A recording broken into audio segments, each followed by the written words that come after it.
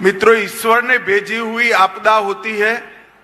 Disaster ईश्वर जब भेजता है तो एनडीआरएफ काम में आता है, और मैन मेड डिजास्टर जब होता है तब एनडीए काम में आता है।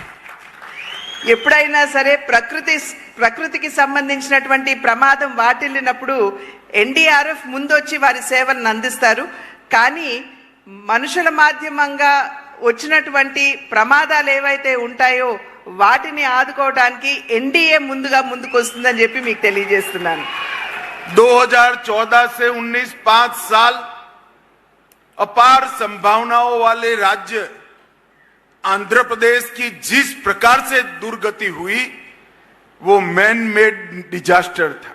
2019 సంవత్సరం నుండి 5 సంవత్సరాల పాటు ఏదైతే అమితమైనటువంటి సామర్థ్యం ఉన్నటువంటి ఆంధ్ర రాష్ట్రాన్ని ఏ విధంగా ధ్వంసం చేశారో మనందరికీ తెలియనటువంటి విషయం కాదు. అది మనుషుల చేత వచ్చినటువంటి ప్రమాదంగా మనం అందరం కూడా గమనించాలి.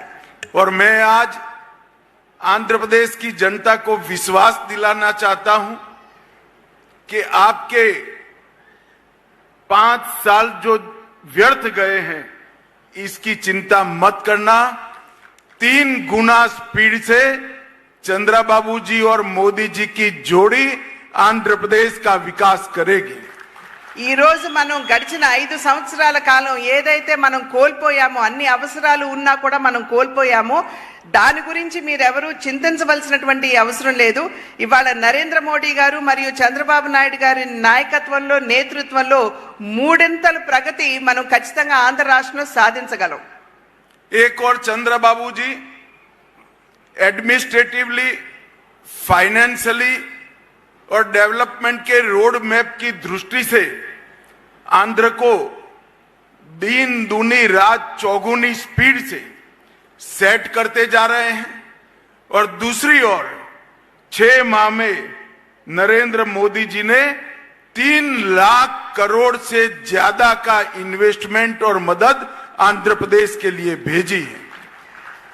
అటు పరిపాలన దక్షత, అదే విధంగా ఆర్థిక పరంగా కూడా ఆంధ్ర రాష్ట్రాన్ని ముందుకు తీసుకువెళ్లేటువంటి సామర్థ్యం ఉన్నటువంటి ముఖ్యమంత్రి చంద్రబాబు నాయుడు గారు ఇక్కడ ఉన్నారు. వారు రేయింబవళ్ళు కూడా ఏ విధంగా ఆంధ్ర రాష్ట్రాన్ని గాడిలో పెట్టాలి అనేటువంటి అంశం మీద వారు దృష్టి కేంద్రీకరించడం జరిగింది. రెండో వైపును చూసినట్లయితే దేశ ప్రధాని అయినటువంటి నరేంద్ర మోడీ గారు ఈ 6 నెలల కాలంలోనే అధికారంలోకి వచ్చి 6 నెలలే అయింది. కానీ దగ్గర 3 లక్షల కోట్ల మేరకు ఆంధ్ర రాష్ట్రానికి సంపూర్ణమైనటువంటి సహకారాన్ని అందించారనేటువంటి విషయం గమనించాలి.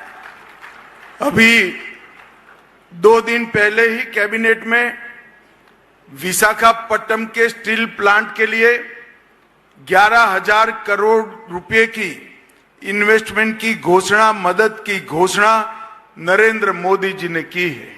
ఇంతకు ముందు 3 రోజుల క్రితమే కేబినెట్ లో తీసుకున్నటువంటి నిర్ణయం మాధ్యమంగా మన రాష్ట్రంలో ఉన్నటువంటి విశాఖ స్టీల్ ప్లాంట్ కి, వైజాగ్ స్టీల్ ప్లాంట్ కి 11,440 కోట్ల రూపాయల మేరకు సహాయాన్ని, అంటే సపోర్ట్ ని ప్రకటించినటువంటి విషయం మనందరికీ తెలుసు.